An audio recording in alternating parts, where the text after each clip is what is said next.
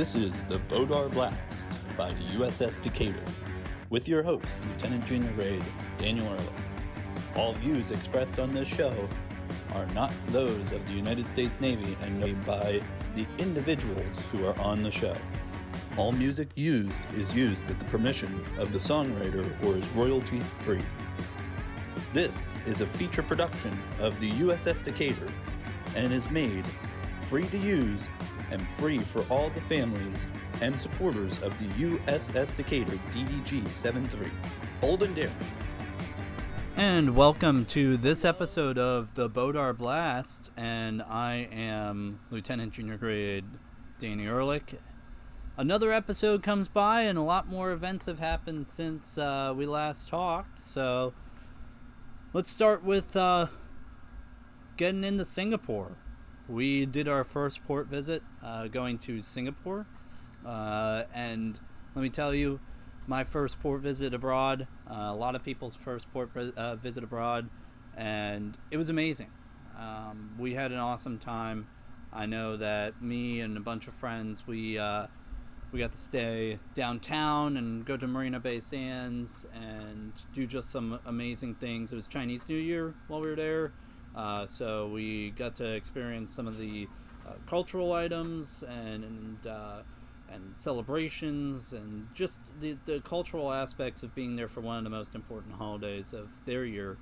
And the people of Singapore were so welcoming. Everybody was very nice, and we just had an amazing time. The food there, is just a mix of everything. You get Malaysian food, you get Thai food, you get Chinese food, you get Singaporean food. Just such amazing people, such awesome different food groups, and so we had an awesome time. Amazing port visit, and now back out at sea. And being back out at sea, one of the things that we've been doing quite a lot lately, building a lot of proficiency on, is our RASs. We've been doing a lot of replenishments at sea, and so a lot of you at home may not know what a replenishment at sea is, but it can come in many forms. So we can refuel at sea. We connect the hose at sea and are able to put in fuel to the ship, and we can take on tons of fuel and be able to fully fuel up without even ever having to hit a port. We can do connected replenishment, where we transfer stores via a tension line, and it's just pallets of stores, and that's it. It's a line that holds it up and connects it across, and then it basically shoots down that line over to the ship. And then we can do what's called vert rep, which we've done before as well, which is where we have a helo that works with us, and they can pick up the pallets and then drop them off to the ship. So we've been doing quite a few of those. The other thing that has really been hitting a lot lately is that we've been having a lot of our sailors and watchstanders getting qualifications, including a lot of ESWAS qualifications. So congratulations to all of our ESWAS awardees. They've been doing their boards recently. They've been passing their boards, and it's just awesome to see a lot of our young sailors and young leaders become even better, smarter, more proficient, more confident watchstanders, and be able to see them wear their pins with pride.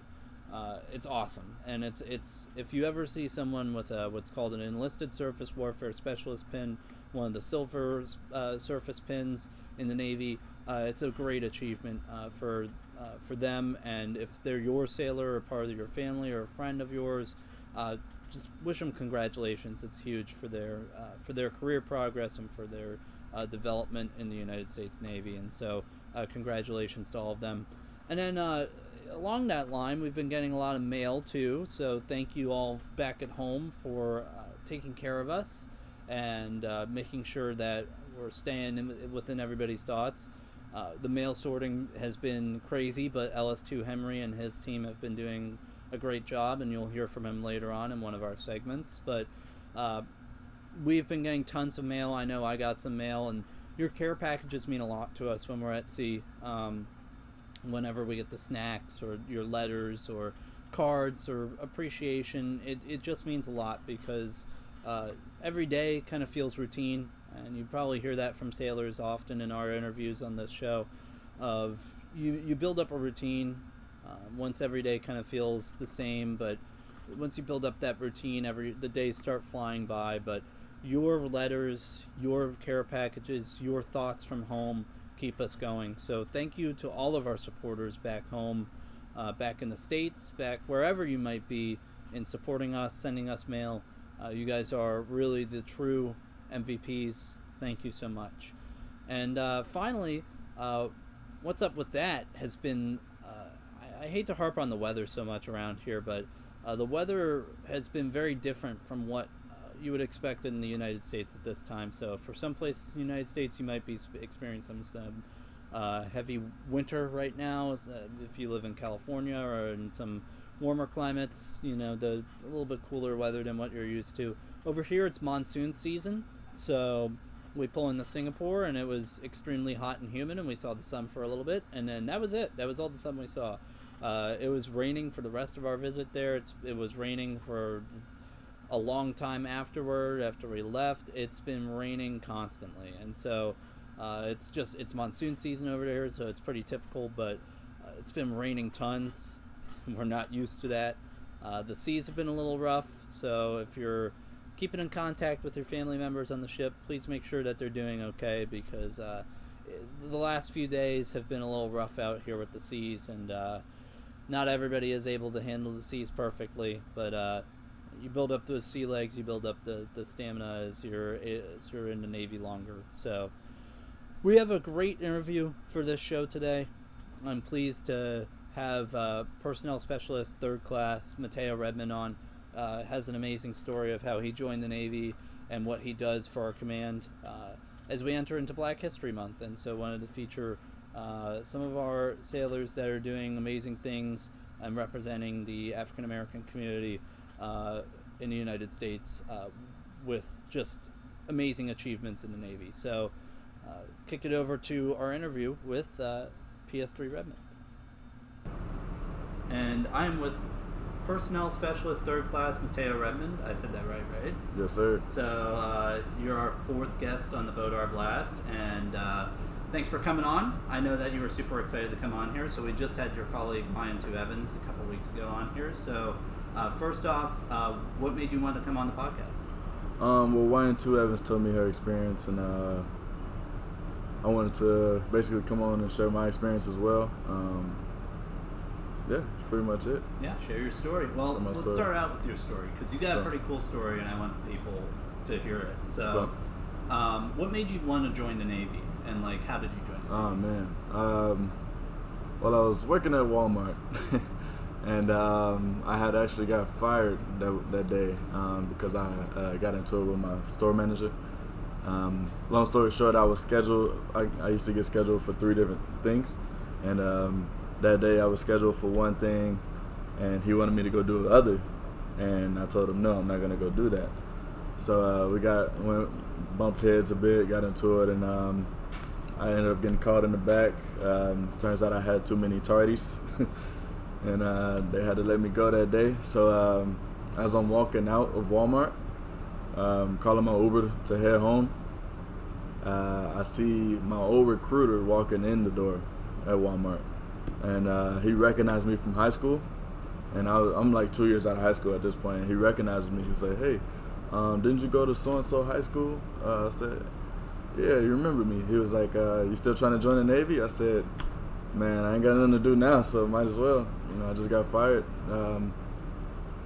So like a day later, I ended up going to the Navy recruiting district, sitting down with him, and he gave me a couple jobs.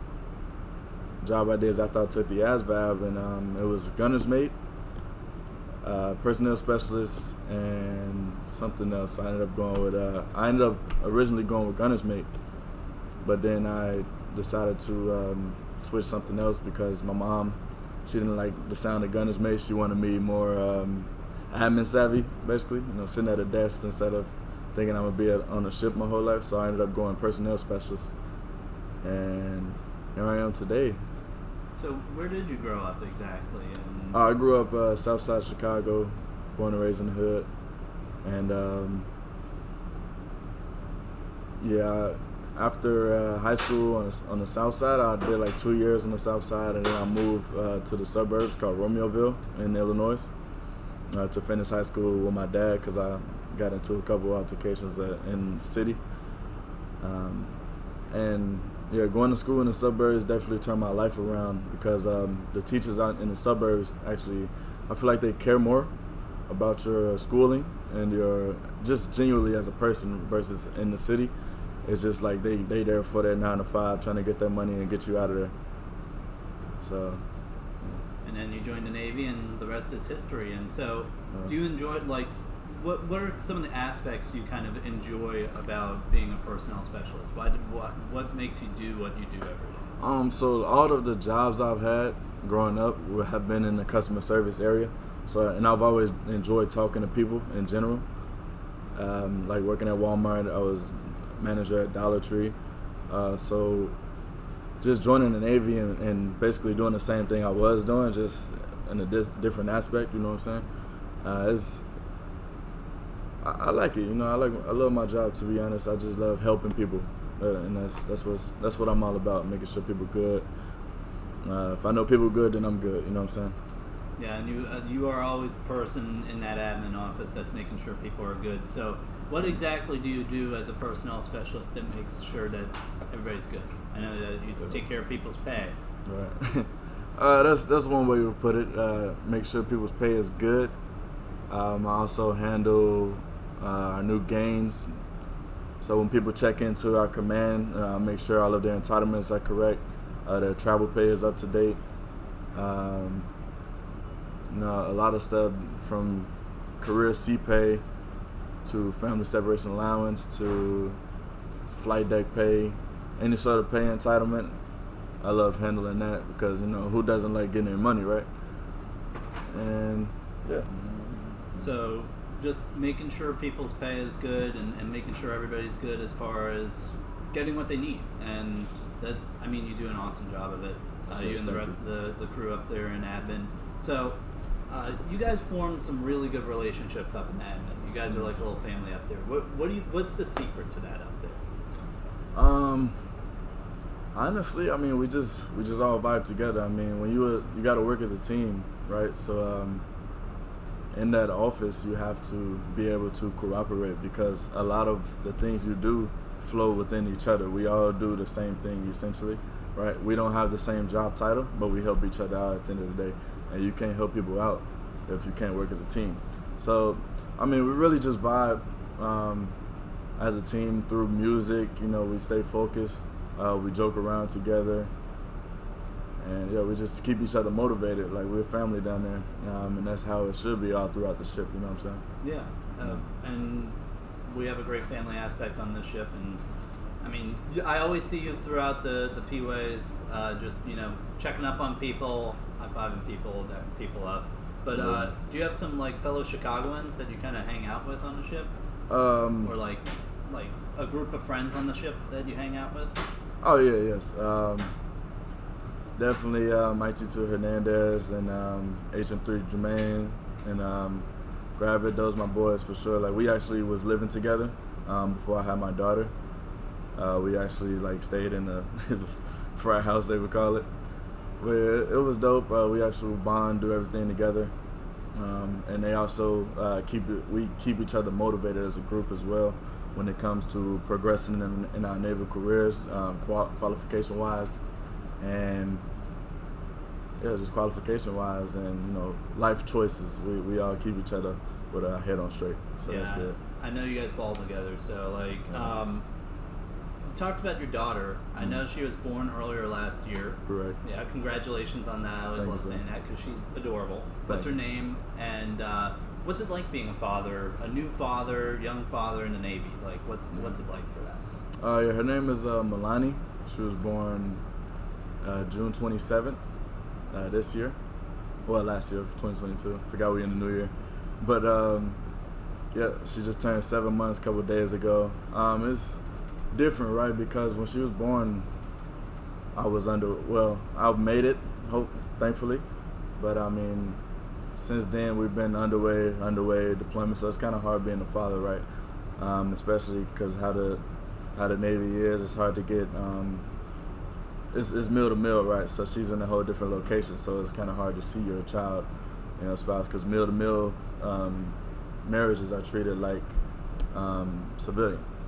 Are treated like as single, so you don't really have that good free will to like live together if they're in a different area. But the being a father aspect is pretty different. I'm still getting used to it. I wish I had more time to get acquainted to it. But once we get back from this deployment, I have more time to help out mom, the mother. She's been doing great. She's playing the father role right now, so I just want to get back and help her out as much as I can. You want to shout them out too on the podcast here? You want to shout out mom and daughter? Oh yeah, shout out to Chloe. Shout out to Chloe and Milani. Yeah, it's tough being a family member in the military, but I mean, you guys are the model of doing great, and I'm so happy for you guys. Just an awesome story to hear that you had a kid and all of that, and you're such a good dad too. Like the one cool thing I love about the admin office is like you guys post all the photos of your kids and everything. Yeah. It's like super supportive and all of that. But talking about deployment, we were talking about that like a moment ago, like. But we've been on deployment for about 2 months now, and so like, how do you set your routine? Like, what's your daily grind? I know you work out quite a bit. Like, what do you do to keep like sane on deployment? It's honestly hard to keep sane on deployment. Well, honestly, not for me, to be honest. I notice everybody else is hard for them, but me keeping my sanity is making sure everybody else is sane, if that makes sense. I find joy in making sure everybody else around me is happy, So I would say go-to to make sure that I'm good is just doing my job, making sure people around me are good. I really just have a set routine. It's kind of all repetitive, but it's wake up, go to work, eat, work out, go back to work. It's all the same scheme, and you just get used to it. You have no choice, really. You gotta have a strong mindset to do it, though. Yeah, and it's awesome that you're like the person that lifts people up. What's it like having to kind of be that person that lifts people up, lifts their spirits? It takes a toll, probably. It makes me feel good. I feel like my grandmother, rest in peace, and my mom, they'll be happy to see what I'm doing. They feel like they raised me pretty well, especially my dad as well. He played his part. I feel like everybody would be proud of me. Yeah. Well, you're doing great things out here, including, I know your mom didn't want you to be like a gunner's mate, but you're on our SCAT teams, and you're qualified in almost every single weapon system we have on board. Yeah. So what got you into that? What made you want to kind of get into qualifying crew serve and doing?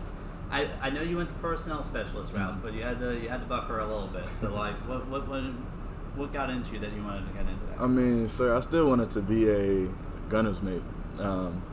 Obviously, I ended up being a PS, but I like the whole shooting aspect. I like wanted to be on the front line, to defend our ship in case of any conflicts or anything like that. So for me, being able to be on SCAT and shoot the 50 cal, shoot the 240, that was a privilege of mine. And plus, it's dope, right? It's a nice adrenaline rush. And yeah, just wanted to be there.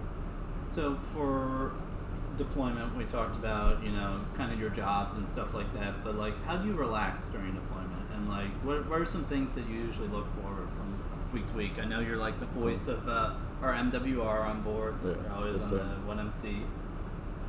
I have, aside from being the voice of MWR, I have my Xbox in the office. So any little downtime we have, I'd change the channel on my monitor and just play some Assassin's Creed or Call of Duty, something like that, just to decompress a little bit, relax. Because like we all deserve some relaxation time, right? We're 24/7 warfighters, but we deserve downtime. As well as, I look forward to Sundays, holiday routine, brunch days when it's good, Yeah, definitely Sundays though. You know, get to sleep in if you can. I wish everybody could sleep in. I understand a lot of people have watch and stuff. I don't have any. I don't stand any watches unless we have a RAS or CN anchor. But yeah, definitely look forward to sleeping in, because you get tired of waking up at the same time every day. Yeah. You know? So we just hit Singapore a few days ago, or like a week, 2 weeks ago, or something like that. And so awesome port visit. It was my first ever foreign port visit. So it was yours too? Yes, sir. So what'd you do out in town? Like, what'd you do for fun? How did it feel being in like halfway across the world in a completely different country? Well, honestly, Singapore didn't feel like we was halfway across the world for some reason. I felt like we were just in some big city area. I'm from a big city myself, so kind of felt like downtown Chicago, if that makes sense. Mainly because we went down to, I think it's called Orchard Road, where it's just a lot of shopping malls and skyscrapers. That's what we saw. So, and it was definitely a different experience, you know, seeing people of different nationalities. The language barrier was different, but it wasn't too bad. Like everyone over there speaks English for the most part, so that was pretty good. I did go to the art museum out there. The art museum was very unique. Got a couple souvenirs. The downer was the weather, though. The weather, man, turned everything off, because it was nice. You wanted to go outside and do stuff, but it was just raining the entire time. I give it a 6 out of 10, to be honest. It was my first port visit, but could have been better. Yeah, I think it was super fun. Like we nice, went around Marina Bay Sands on my side of things. Yeah. The food there was really The food was definitely good. Like you could get really anything. Yeah, it was just a fun city. They had fried chicken at McDonald's. I ain't seen that. Yeah, their McDonald's was so different. So I'm actually kind of kicking myself that I didn't get McDonald's, because their like ice cream looked really good. Like they had like the cone and you like dip it into the chocolate and stuff like that. Their ice cream, and like they had fried chicken there. Like it was good. And then we were there around Lunar New Year time. So really awesome time there. Like yeah, we went out to a couple clubs for Chinese New Year. And it was pretty nice environment as well. Everybody's friendly for the most part. I definitely like that. I look forward to our future port visits. Yeah, it was super fun. Like everybody was nice. They had some awesome like music playing and festivals and all of that. So Lunar New Year in Singapore was awesome. So, I mean, hopefully we got some really good port visits coming up. Hopefully, but it's been super fun being underway too, and it's been a good deployment. What are you looking forward to for the rest of deployment, as far as kind of work and routine and kind of having fun? Okay. Well, the main things I'm looking forward to are the events that MWR be having. I know we just talked about a spelling bee, so I think that'll be pretty cool, right? I was talking to ETC Estrada, telling them like, hey, I'm the 3rd grade spelling bee champ, so I'm trying to, call some people out, see if they can actually, spell. I think it'll be pretty fun. It's different, right? So we're gonna have that coming up. Maybe I look forward to all the MWR events like karaoke, bingo, game nights. I look forward to those type of things. Aside from that, holiday routine, and then hopefully a beer day. But I doubt they'll have. Yeah, so for everybody at home, beer days after you're at sea for 45 days. Hopefully we get one at some point. But yeah, no, it's been super fun. And MWR, for people at home, like what does MWR do exactly? MWR is morale, recreation, and welfare, something like that. And basically, it's in the title, right? The whole purpose is to boost morale throughout the ship. And just for our sailors in general, so that they better have a better head going into the fight, being able to do their job on a daily basis and just staying positive. That's the whole purpose of it. Yeah, and you guys do a really good work of trying to keep people positive and all of that, and that's awesome. So last question here. So you're always up there for the RASs, the replenishment at sea, and for CN anchor and all of that. We always pick the breakaway music, but I don't know if you've ever gotten to pick one. What would be your go-to song for breakaway? That's a good question, sir. Just put me on the spot right there. Yeah. I don't know. I'm ghetto, sir, so I play like some Chief Keef or something, if you know what that is.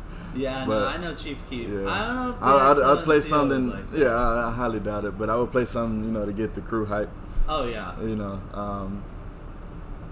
I honestly don't know. That's a tough question. You had to come back to me on that one. Yeah, Chief Keef would be good. Yeah. I don't know. I don't know if he has some I don't know if the some replenishment ship would family like that friendly either. songs though. I don't know. You'd have to search through Spotify. Trust me, I've got like over 1,100 songs. The other day I wanted to play Rihanna Umbrella. Me too. Because it was Yeah. raining, so I'm like, okay, it would have been a perfect time to play it. That was my exact thought. Yeah. Well, PS3, thank you so much for joining me on the BODAR Blast. It's been a pleasure, and keep doing what you're doing. You're just an awesome person, awesome influence. Thank you, sir. PS3 Redmond. Thank you. PS3 out. And that was an amazing interview with PS3 Redmond. He's just such a great person. Just is so high energy and just happy to be around people all the time and just a great spirit. So keep on doing what you're doing, PS3. You're doing amazing things, and you're representing Decatur with that bold and daring spirit that we love. So finishing out towards the end of the show here, we do have a segment that we're bringing back. Obviously, if you have questions that you want us to answer on the show, just let me know, and we're more than happy to answer them. But today's question for our Around the Mess Deck segment is going to be, what was your favorite thing that you did in Singapore? So kick it over to the Mess Decks. So welcome to our second version of the segment Around the Mess Decks, and I'm going to talk to LS2 Henry first. So LS2, What's going on? what did you do that was the most exciting thing that you did in Singapore? So for me, the most exciting thing that I have done in Singapore was when I actually went to Marina Bay Sands hotel right there, because it was pretty amazing. So when we went over there to actually go to shopping, because I was trying to get a new charger for my Apple iPod, we actually managed to go down there. Me and my little buddy FC3 in McCaskill, we went down there, and then after that, we're trying to figure out how to get into the Apple store, because when we were going there, I guess they had closed off one of the sections because they were going to celebrate the Chinese New Year's. So we ended up having to go inside the actual mall and looking at it and seeing how vast and wide and very upscale it was. It was it blew my mind, especially you already know how clean and well organized Singapore is. So it really lived up to that kind of standard. Because for us, we had to go 2 more floors down, and then after they took you to the underneath basement, we were walking about, and then after we saw this little entrance into the Apple thing, because it has a little big Apple stand in the middle of it. We made to the left hand turn and went in there, and then after that we had just your regular Apple setup, pretty much a middle table with all the Apple products spread out, and then after on the walls this little Apple products here and here, and then after it had an escalator that went up there, and when you went up to the escalator, it took you to this nice little dome thing. We can actually get to see the actual city waterfront, and it was very beautiful. It was amazing. Yeah, Marina Bay Sands was awesome. I got to go by too, and I got some new vans there, and I'm telling you, that place was amazing. So. Yes, that's what I'm saying. So I loved it there. The Marina Bay Sands, it was an amazing place to actually be at right there. It kind of also makes me a little bit envious that America couldn't actually do it in a sense. I'm not throwing shade in a sense in that way, but the way how they designed their city, the way how they kept it clean and everything, they take pride in it, it's just something that's awe-inspiring. And I think a lot of Americans would actually feel hey, if they can do it and get this stuff together, why can't we? Sweet. That's so Still walking around, and we got GM2 Hogue here with GM2 Cortez. What was your favorite experience from Singapore? Being able to see Singapore whenever we're pulling in. Just being able to see the land aspect. What things did you eat, GM2 Cortez? I tried Singaporean KFC.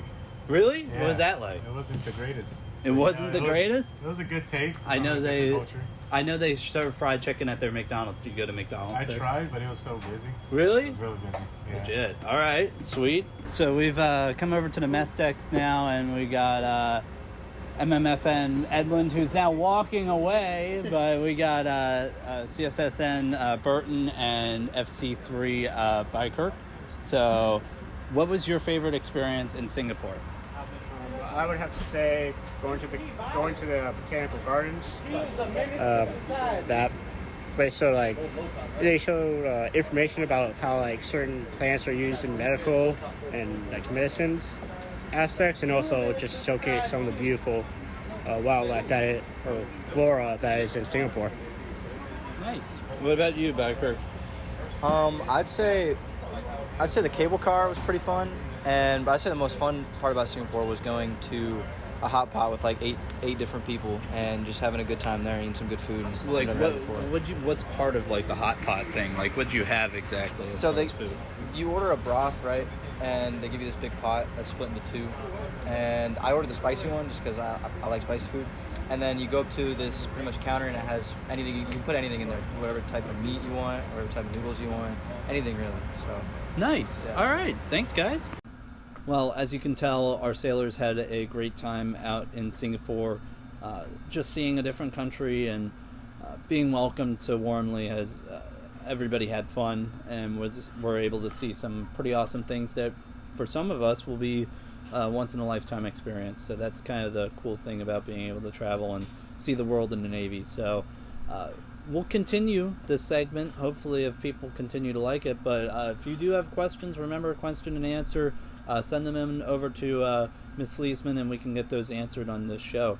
With that, that's wrapping up this week's show. So thank you to PS3 Redmond, all of our sailors that answered our questions on the mess decks, and we'll see you for the next episode, our 5th episode, and continuing to highlight Black Achievement in the Navy as we head into Black History Month. So thanks for joining me. I'm Lt.j.g Danny Ehrlich from the USS Decatur, and we'll catch you next time.